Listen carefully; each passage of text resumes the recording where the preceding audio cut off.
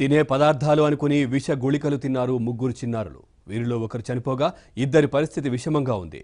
గుంటూరు జిల్లా అమరావతి మండలం నరకుళ్లపాడులో ఈ ఘటన జరిగింది.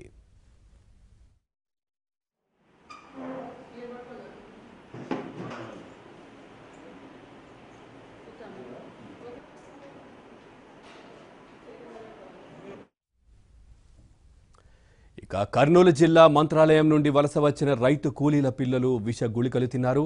మనం బ్రేకింగ్ న్యూస్ చూస్తున్నాం. వీరిలో 1.5 సంవత్సరం ఉన్న పాప అక్కడికక్కడే చనిపోయింది. మరో ఇద్దరు జీజీహెచ్లో చికిత్స పొందుతున్నారు.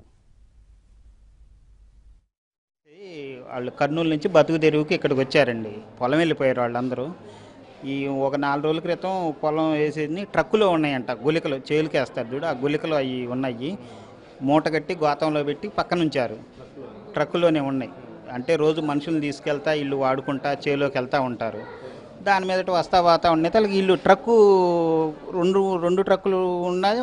అది ఉండదు, ఇక్కడ ఉంది. వేరే మనుషులను ఖాళీగా ఉండే ట్రక్ వేసుకెళ్ళారు.